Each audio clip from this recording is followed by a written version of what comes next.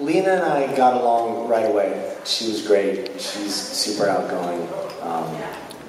Was funny and welcoming. And I worked with her first, and she was great.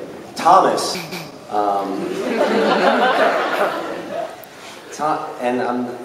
Thomas, not so much. I didn't. I kept trying to kind of connect with him and talk to him, and he wasn't really having it for a little while. I was very threatened. So you say. What? Really? Yeah. Threatened by what? You're a dude. On my show where I was the only dude. Right. And now there's except for Agent Ellison and... Yeah, but he was like off, working one Dean day. Winters, who played Charlie, he was on the show also. Not when you There came was in. Cromartie on the show also. But dude, no, because when you came in, Cromartie was still putting himself together. There was only Agent Ellison that we never had scenes with.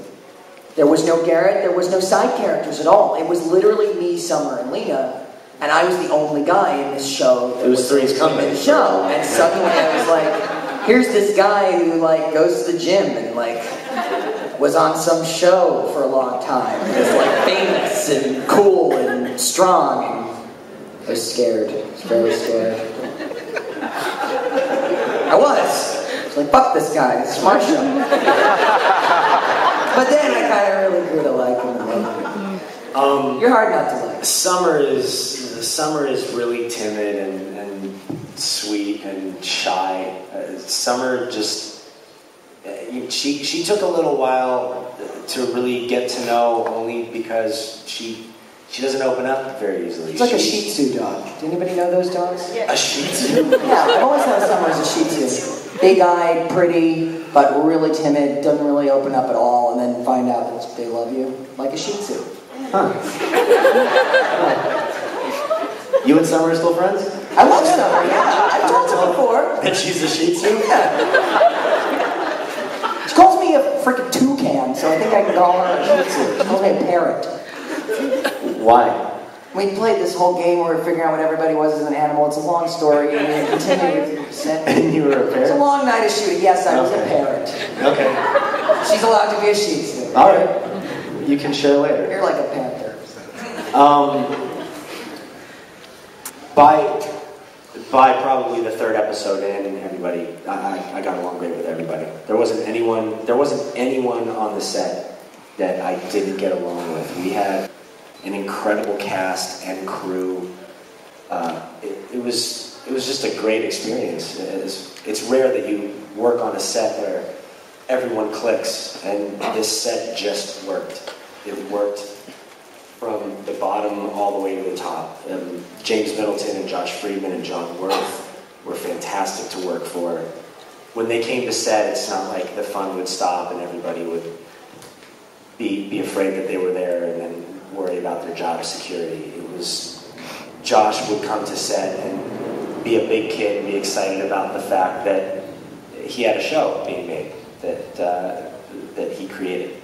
And for him, he would just kind of sit around and smile about it all the time. Who else? Time for one more question. No, you don't have to. How about you? You got along with everybody right away? Yes. I was also very nervous when I started.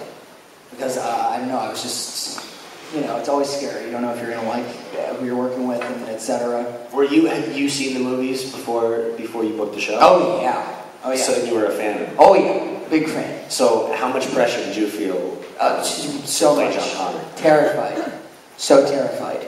And that was, I think, what I got to New Mexico, and I sort of had on this whole, stay character, and I was so scared or whatever. And I already met Summer because I'd read with her. And then Lena just was, made me loosen up and laugh. And then I got along so well with Josh and David Nutter and everybody. And then by the time we started in LA, I was just happy because there had been such a long period between the pilot and the starting of the show. I was just happy to be back, doing more in my combat books.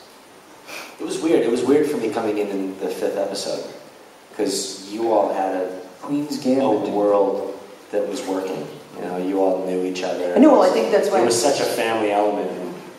My first day in was really just shocking. I mean, I auditioned the day before, and I was like, okay, here I am on the Warner lot, and just kind of thrown in. But everybody was great. I mean, I was only supposed to be there, I think, originally for 3 episodes. It was a possible 6. And you did such a good job. You sleep with the right people.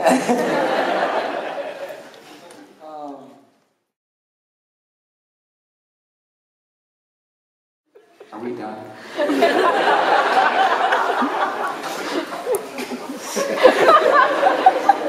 I think the only really cool, exciting thing for me that came out of 90210 was I got to meet George Lucas, which was a huge deal to me. Yeah, we were shooting at LAX, and he flew into town with his daughters just to come to set and meet us. And I've always been the biggest Star Wars fan, and so that to me was that made it worth it for a little while. Just so you know, you guys aren't as removed from this guy as you think. He has very fancy lightsabers in his home on display, along with a Freddy Krueger glove that he made. So, you know, you guys could be closer than I made a Freddy Krueger glove. It is awesome, by the way. Like, he made it by hand. I made a Freddy Krueger glove working on a film, and I had set school, and I couldn't think of anything to do for art class. I was working in New Mexico, and my set teacher made jewelry, so I ended up making a glove. It's pretty awesome. It's cool. Yeah, it's pretty badass. It's cooler than that remake.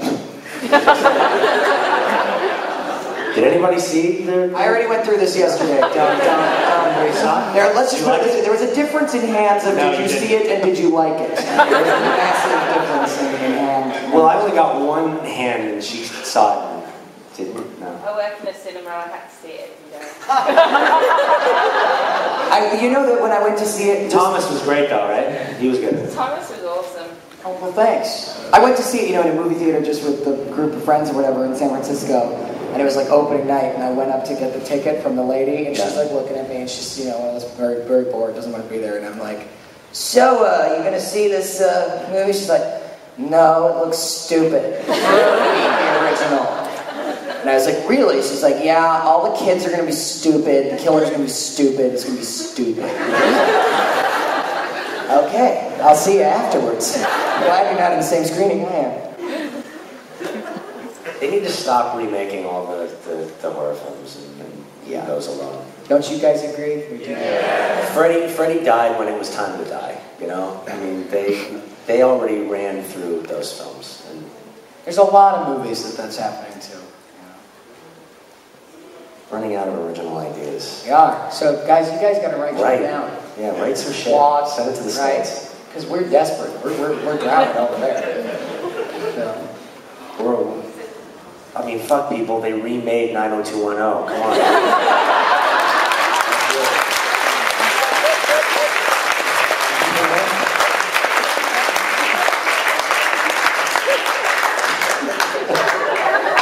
That is desperation. Well, yeah, I'm feeling like we probably run through all of our questions in here. We'll start remaking all of the questions. So, Thomas, this has been a really cool 3 days. Never done one of these before, and I loved it. And I want to thank you all for coming out.